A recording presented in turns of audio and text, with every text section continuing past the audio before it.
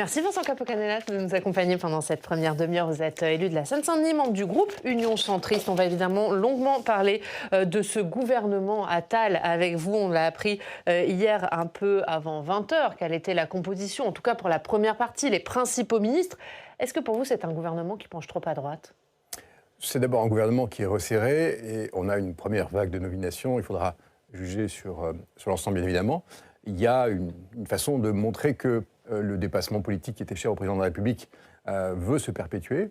Et ça, je crois que c'est une bonne chose de trouver un équilibre. La question que certains posent, notamment, j'ai compris François Bayrou, c'est est-ce qu'il y a un équilibre aussi au centre mais on n'a pas toute la construction gouvernementale. Ce que je retiens, c'est que le Premier ministre a de l'allant. Pour vous, il n'y a pas d'équilibre. Veut renouveler la vie politique et dire les choses, poser les diagnostics. Et donc, on va regarder maintenant comment ça peut se construire ou pas. Mais est-ce que là, parce que c'est quand même un signal qui est envoyé, ce sont les principaux ministres, ceux qui ont des grands ministères, est-ce que pour vous, il manque d'équilibre ? Est-ce qu'il est trop à droite ? J'ai envie de vous dire que moi, je suis heureux que les deux côtés de l'échiquier politique essayent, d'une certaine manière, de travailler ensemble pour le pays. On n'est pas à un stade où on peut continuer dans les postures. Les Français nous regardent, et nous regardent parfois avec inquiétude, en se disant que la classe politique, notamment, souvent à l'Assemblée, est un peu déconnectée. Et donc, on a besoin de remettre les véritables enjeux. Je pense que c'est ce qu'essaye de faire le gouvernement. Alors, on va juger aux actes, mais en tout cas, sur les débuts, on peut donner acte qu'il y a une volonté d'aller de l'avant pour le pays, ça c'est positif. La surprise de ce gouvernement, c'est la nomination de Rachida Dati, ministre de la Culture. C'est une figure des Républicains. Pour vous, ça a été une surprise, cette annonce, ce ministère à Rachida Dati ? Certains ont dit, des éditorialistes, que c'était la surprise du chef, sans doute. Pour vous aussi ? C'est quelqu'un de talent d'abord. Moi, j'ai connu Mme Dati lorsqu'elle était ministre et lorsqu'elle a été même collaboratrice de Nicolas Sarkozy à l'époque, qui est quelqu'un qui connaît bien la banlieue, qui connaît les quartiers, et qui est une femme d'engagement, dont l'indépendance d'esprit est connue de tous. Donc si elle a choisi de venir dans cette équipe gouvernementale, c'est qu'elle pense qu'elle peut y apporter quelque chose. Je pense qu'à la culture, c'est bon qu'il y ait quelqu'un qui a du poids politique et qui a de l'engagement. Voilà. Après, il y a un travail à mener avec l'ensemble des milieux culturels. Et puis, on verra à Paris quelles sont les conséquences de tout ça. Mais c'est bien de montrer qu'on essaie de débloquer un peu la vie politique. On est peut-être à un moment où les postures peuvent s'estomper. C'est ça la question. Il y a des moments dans l'histoire de France où il faut affronter un certain nombre de difficultés. Peut-être sommes-nous à ce stade-là, ça reste à confirmer. Mais ça veut dire quoi ? Est-ce que ça veut dire qu'il faut aller plus loin dans l'Union ? Est-ce que les centristes doivent entrer au gouvernement ? La question ne nous a pas été posée à ma connaissance, donc le sujet n'est pas là. Nous sommes des parlementaires, nous avons à juger sur des textes et nous avons à juger sur des orientations politiques. Le président de la République doit, semble-t-il, s'exprimer, le Premier ministre fera une déclaration de politique générale à l'Assemblée, au Sénat, et donc nous regarderons quelles sont les orientations concrètes. Mais je dois dire que dans ce qui a été annoncé par le Premier ministre, et de ce qu'on peut comprendre des orientations telles qu'elles ont été exprimées, il n'y a pas aujourd'hui de point de grande difficulté. Il y a une volonté de traiter les sujets du pays. Donc vous n'avez pas été appelé, mais vous aimeriez l'être. Pour vous, les centristes ont leur place dans ce gouvernement Attal ? Vous m'en faites dire plus que je ne vous en ai dit. C'est bien normal. Ce que je dis simplement, c'est que sur les orientations, il n'y a aujourd'hui pas de difficulté majeure. Mais les vrais sujets sont quand même devant nous. Il faut voir quand même sur les sujets de sécurité comment on traite les choses. La dette est toujours une difficulté. Les problèmes du pays sont toujours là. Mais il y a une volonté, semble-t-il, de faire basculer la vie politique pour revenir au réel et pour revenir sur les vrais sujets, d'essayer de les traiter. Voilà. Changement de méthode, le Premier ministre dit les choses, il verbalise ce que chacun peut estimer ou peut voir dans sa vie quotidienne, et il essaie de traiter les sujets. Après, entre la posture et la réalité, il y a toujours un pas, mais je crois que si on peut apporter quelque chose, on essaiera de le faire, en tout cas à notre place, au Parlement. On a toujours travaillé sur les textes, et on s'est prononcé sur les textes, c'est ce que nous ferons. Et les Républicains sont vos alliés, ici au Sénat, dans la majorité sénatoriale. Est-ce que ça va aussi avoir un impact sur la majorité sénatoriale, cette entrée de Rachida Dati au gouvernement ? Comment continuer à incarner l'opposition alors qu'une figure des LR fera partie de ce gouvernement ? J'aurais du mal à vous répondre pour les LR, qui sont nos alliés et nos amis. Mais pour vous, dans la majorité, est-ce que ça peut changer des choses ? Écoutez, le Sénat a été au rendez-vous sur un texte difficile qui était celui des retraites. Il l'a été aussi, de manière parfois difficile, mais il fallait le faire. Il fallait mettre de la fermeté en matière de gestion de l'immigration, des flux migratoires en tout cas, si on veut réussir l'intégration. Le Sénat a toujours été au rendez-vous. Et donc le Sénat est dans cette tradition-là. Après, c'est le gouvernement qui propose Et en fonction des textes, on pourra se prononcer. Alors, moi, je souhaite que le gouvernement crée les conditions pour que le Sénat puisse aussi saisir la balle, comme on le fait à chaque fois, de manière positive. C'est des accords préalables, des discussions préalables sur chaque texte, dépasser des accords par texte?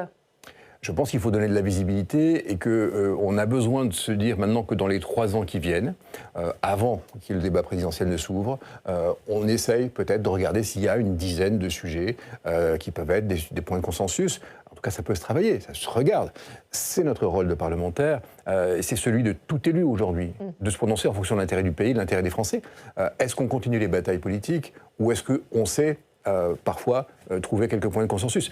Il y aura toujours des éléments de divergence, mais réfléchissons aussi aux points de consensus, s'il peut y en avoir. En tout cas, M. Attal renouvelle l'offre politique, et ça, c'est un fait politique. Je fais en ce moment la tournée des vœux dans mon département, et je vois bien que les élus locaux sont à l'écoute et attendent aussi des actes.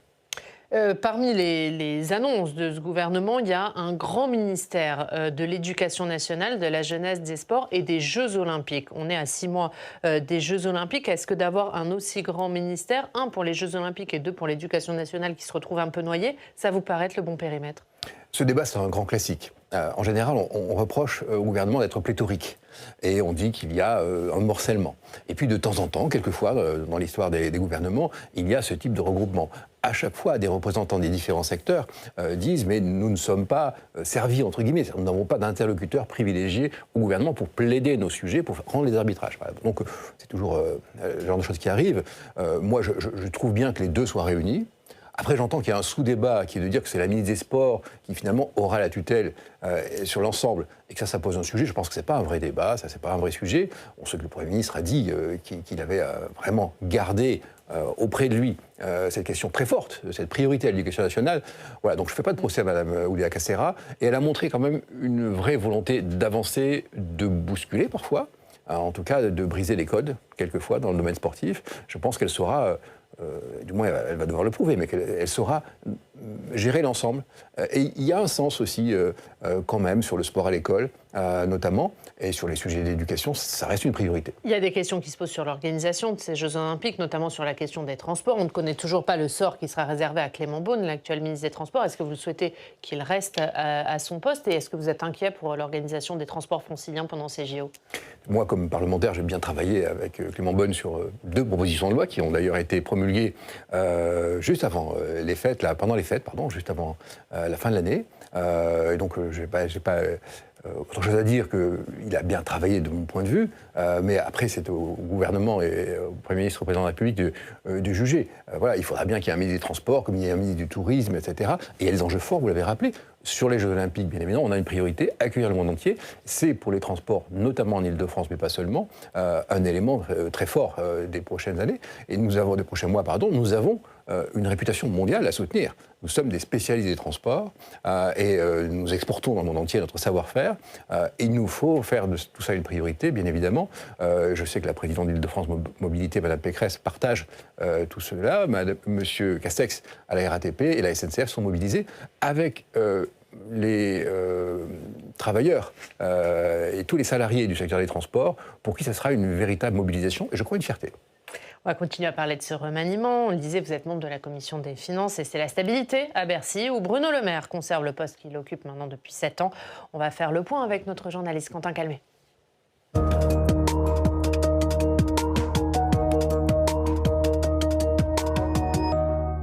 Bonjour Quentin. Bonjour Oriane, bonjour Vincent Capo-Canellas. Bonjour.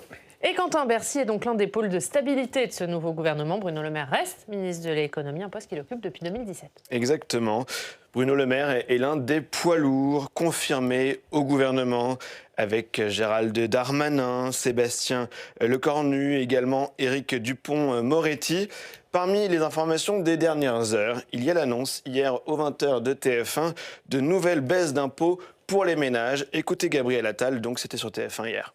Le président de la République, en avril dernier, s'est engagé à baisser les impôts, les taxes pour les classes moyennes de 2 milliards. Sa promesse devient votre promesse et votre engagement. Est-ce que vous allez le faire? Mais le président s'est engagé et évidemment on sera au rendez-vous de son engagement, bien sûr. Et encore une fois, parce que ces Français attendent qu'on agisse pour eux. Voilà, qu'ils agissent pour eux. Effectivement, ça revient à cette idée, le Premier ministre qui dit vouloir de l'action, de l'action, de l'action, et des résultats, donc y compris sur la question de la fiscalité. Oui, Vincent Capo-Canellas, Gabriel Attal a donc confirmé hier l'engagement de baisser les impôts pour les classes moyennes. Est-ce que c'est tenable compte tenu de l'état des finances publiques? Alors d'abord, c'est une confirmation. Si le Premier ministre était venu à la télé pour dire qu'il revenait sur une annonce qui a quand même été entendue par les classes moyennes, je crois que ça poserait une vraie difficulté. 2 milliards, il me semble que c'est du domaine du tenable. Mais ça reste effectivement difficile, il faudra faire des choix. La vraie question, c'est comment c'est financé. Et donc on va regarder comment le gouvernement propose les différents projets de loi de finances rectificatifs, s'il y a lieu, ou projet de finances à l'avenir, pour permettre tout cela. La question des classes moyennes est une question quand même essentielle. Il faut le faire, mais pas tout de suite. Il faut peut-être attendre un peu. D'abord, sur le fond, c'est une question essentielle. Parce que nos compatriotes qui travaillent ont souvent le sentiment, et trop souvent le sentiment, et c'est une réalité, de payer des impôts et de ne pas avoir le service qui va avec. Et à un moment donné, il y a un sujet sur la surcote. Et sur la fin de la décote fiscale, et quand vous avez un revenu qui progresse très légèrement, vous vous trouvez assez fortement taxé. Donc il y a une vraie difficulté il faut traiter cela. Voilà. La vraie question, c'est comment on le finance. Il faut faire des économies en face. Voilà. C'est toute la difficulté du pays. Puisque, effectivement, Bruno Le Maire, dans ses vœux, lundi, avait aussi dit cette phrase. Je rappelle que nous devons trouver au minimum 12 milliards d'euros d'économies pour 2025, c'est ce qu'a dit Bruno Le Maire lundi à Bercy. C'est compatible d'alléger les impôts des ménages de 2 milliards et en même temps de réduire la dépense publique de 12 milliards. Où est-ce qu'on va trouver ces 12 milliards ? Eh bien, écoutez, le gouvernement s'est engagé dans une voie pluriannuelle et nous avons, ici au Sénat, émis parfois des doutes, en tout cas des recommandations. Il s'agira de trouver non pas 12, mais 14 milliards.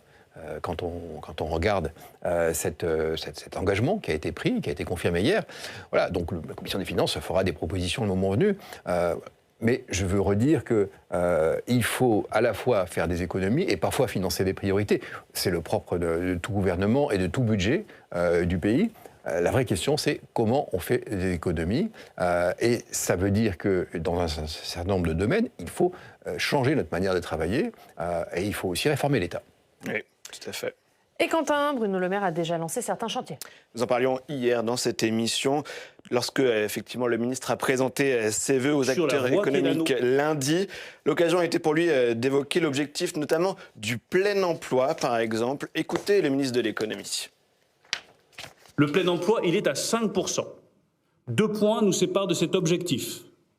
Cet objectif, nous devons tout faire pour l'atteindre et je le redis, il ne pourra pas être atteint à modèle social constant. Emploi des plus de 55 ans, logement, complexité des prestations sociales, formation, lycée professionnel, RSA, tous ces sujets, le président de la République et la Première ministre ont eu le courage de les mettre sur la table. Et bien maintenant, il faut aller au bout de notre réflexion, trancher, prendre des décisions pour pouvoir financer ce modèle social par le plein emploi. Avec une seule volonté, faire revenir au travail le plus grand nombre de personnes. Une réaction, Vincent Capo-Canellas. Cet objectif du plein emploi ne pourra être atteint à modèle social constant. Que ça vous évoque, cette phrase ? Je pense que le ministre de l'économie pose le bon diagnostic et affronte la réalité. Pour permettre de financer des priorités budgétaires, il faut de la croissance et il faut que le taux d'activité progresse.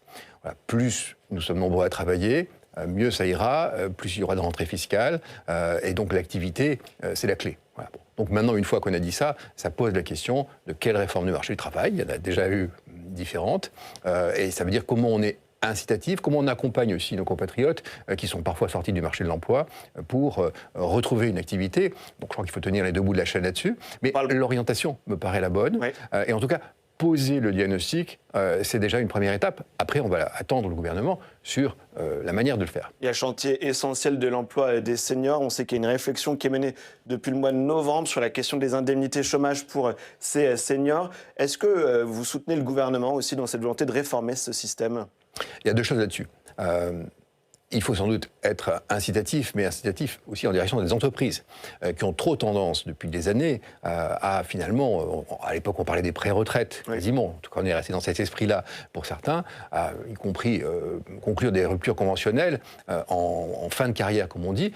Or, il me semble que si on veut aller vers plus d'activité, et en tenant compte de la réforme des retraites d'ailleurs, il faut gérer ce qu'on appelle les fins de carrière, mais ce sont aussi des moments... Le gouvernement parle plutôt de mettre la pression sur les demandeurs d'emploi seniors, hein, en baissant leurs indemnités chômage. Vous dites qu'il faut que ce soit plutôt je pense qu'il faut un équilibre. aux entreprises. Il faut les deux. Je pense qu'il faut un équilibre et que beaucoup de personnes qui sont au-dessus de 55 ans, et j'en fais partie si vous me le permettez, maintenant se pose aussi la question des fins de carrière. Et il faut les accompagner, mais il faut que les entreprises changent aussi le paradigme et se disent qu'il y a là un gisement de créativité, de capacité à mener des équipes, et que ça se travaille, ça se respecte en tout cas. Un petit mot, parce que les intitulés des ministères, ça dit beaucoup de choses. Olivier Dussopt, il était ministre du Travail et du Plein Emploi. Sa successeur, Catherine Vautrin, a vu le Plein Emploi sorti de son intitulé de ministère. Elle est ministre du Travail, de la Santé et des Solidarités. Il faut y voir un signe pour vous ou pas ? Oh, je ne sais pas, on va voir aussi s'il y a un ministre délégué à l'emploi et au plein emploi. Voilà. Mais en tout cas, c'est une question clé. Hein. Cette question du niveau de l'activité dans le pays, du niveau de l'emploi. Il y a eu quand même un changement important, parce qu'on le dit relativement peu dans les dernières années, c'est-à-dire qu'on a progressé en matière d'emploi. Moi, je suis le premier à dire... Un de 5,2%. Voilà, je suis le premier à dire toutes les difficultés que nous rencontrons, mais il faut aussi se dire que parfois on arrive à se réformer, et que ça va dans le bon sens. Alors après, on arrive à un moment donné où il y a un niveau incompressible, sans doute, et la question, c'est d'abaisser ce niveau incompressible, et en tout cas, ramener nos compatriotes qui sont aujourd'hui au chômage vers le chemin de l'emploi, ça me paraît un enjeu majeur. Ça doit se faire aussi dans l'accompagnement. Oui, on a un taux de chômage à 7 et donc on vise 5, effectivement. J'ai une dernière question sur les prochains textes au Parlement, puisqu'il y en a 2 qui ont déjà été présentés par le ministre de l'Économie au début de la semaine. Il y aura une loi, un projet de loi dans les prochaines semaines sur l'attractivité financière de la France et un deuxième texte sur la lutte contre les trafics de stupéfiants, la possibilité de geler les avoirs de ces trafiquants. Ce sont de bons textes qui ont déjà été évoqués selon vous? C'était urgent, ces 2 sujets? Sur l'orientation, en tout cas, ça va dans le bon sens. Après, on va juger en fonction des textes. On a eu uniquement 2 annonces, mais qui vont plutôt dans le bon sens, oui. Merci Quentin, à tout à l'heure. À tout à l'heure, Oriane, effectivement. On parlera de ce remaniement, on verra les nouveaux équilibres, effectivement, de ce gouvernement Attal 1. Ce sera à suivre dans le club dans une demi-heure. On va voir l'actualité dans nos régions. Vincent Capo-Canella, comme tous les jours dans cette émission, on va aller du côté de l'Auvergne, de Clermont-Ferrand, dans le Puy-de-Dôme. On retrouve Gilles Laloz. Bonjour Gilles, merci beaucoup d'être avec nous. Gilles de La Montagne, Puy-de-Dôme, et vous allez nous parler du froid, de la neige. Il fait froid à Clermont-Ferrand et votre dossier du jour est consacré notamment à l'isolation. Tout à fait, puisque au terme de cette semaine marquée par l'arrivée du froid en Auvergne, il n'y a rien de spectaculaire quand on est en plein hiver, mais quand même, après un Noël et un Nouvel An plutôt tempéré, La Montagne propose aujourd'hui dans le Puy-de-Dôme un dossier sur les passoires thermiques, ces logements énergivores classés au niveau F ou G. Cela concerne 22% des résidences principales dans le Puy-de-Dôme. Alors on est assez loin de nos voisins qui ont encore des plus mauvais scores, comme le Cantal à 50% et l'Allier à 34%. Et forcément, cela a un coût lorsque les températures sont bien basses comme cette semaine. Des températures qui ont été toute cette semaine inférieures de 10 degrés par rapport au normal de saison. Mais le retour du beau temps est prévu pour ce week-end, donc ça va faire le bonheur, on espère, des skieurs notamment, puisque les stations du ski du massif du Sancy, comme nous l'annonçons dans nos colonnes aujourd'hui, peuvent ouvrir plus de pistes ce week-end que lors des vacances de Noël. Car dans la foulée du froid qu'on a eu en début de semaine, on a eu la neige. Et là, une énorme galère pour les automobilistes mercredi soir à cause des chutes de neige assez intenses. Les poids lourds ont eu l'interdiction de rouler pendant plusieurs heures sur les autoroutes A75 et A89. Le trafic ferroviaire a été perturbé et des automobilistes ont mis plus de 2h15 sur un trajet qui d'habitude leur prend 40 minutes pour rentrer chez eux. Cet épisode neigeux a surpris par son intensité les habitants comme les collectivités et les autorités. Alors, monsieur le sénateur, une question, vous qui avez fait un rapport en 2021 sur Météo France et qui avez depuis plaidé pour une stabilisation des effectifs et des moyens alloués à Météo France, comment jugez-vous aujourd'hui le travail réalisé en termes de prévision météorologique au niveau national ? Alors d'abord, je veux dire que les prévisionnistes font un travail extrêmement difficile parce que plusieurs fois par jour, nous jugeons de la qualité, si je puis dire, de la prévision. Comme on dit souvent, c'est toujours difficile de prévoir le temps quand même. Voilà, donc il y a un débat interne à Météo France sur un certain nombre de techniques nouvelles, je pense notamment à l'intelligence artificielle. Et je sais qu'il y a une mobilisation aujourd'hui du personnel sur cette question-là. La présidente de Météo France a été reconduite, elle a un bon bilan. Le ministre, M. Béchu, a accepté, dans les débats budgétaires depuis 2 ans maintenant, de stabiliser les effectifs à la hausse, quand même. Et il faudra du temps pour maintenir cette orientation et pour permettre à cet opérateur de continuer à être à la pointe. C'est un opérateur de très très bon niveau mondial, parmi les 3 meilleurs. Mais on peut admettre qu'en fonction des circonstances, en fonction du relief, il ne faut pas grand-chose pour que finalement la neige, par exemple, soit de quelques millimètres ou de plusieurs centimètres. Et on a un sujet quand même, y compris dans les régions urbaines, je crois que dans les régions de montagne, il y a plus d'habitude. On a un sujet qui est la désorganisation qui s'ensuit après, lorsque la prévision est un tout petit peu décalée. Voilà. Mais il y a eu des interrogations, parce que ça a touché évidemment Clermont-Ferrand. Il y a eu aussi de la neige qui est tombée sur la région parisienne en début de semaine, qui n'avait pas été prévue. Il y a eu des questions sur le système de prévision. On a dit que les systèmes de prévision allemands avaient prévu cet épisode, pas le système de prévision français. Est-ce qu'il y a des problèmes, des outils qui sont moins performants en Météo France? Je crois que Météo France est vraiment à la pointe. Il y a différents modèles. Et à la fin, encore une fois, il suffit de pas grand-chose, d'une petite différence pour que ça évolue. Alors moi, je suis le premier, effectivement, à dire on aurait dû peut-être améliorer la prévision. Il y a toujours des retours d'expérience, ça se travaille. Voilà, j'ai confiance dans l'opérateur Météo France.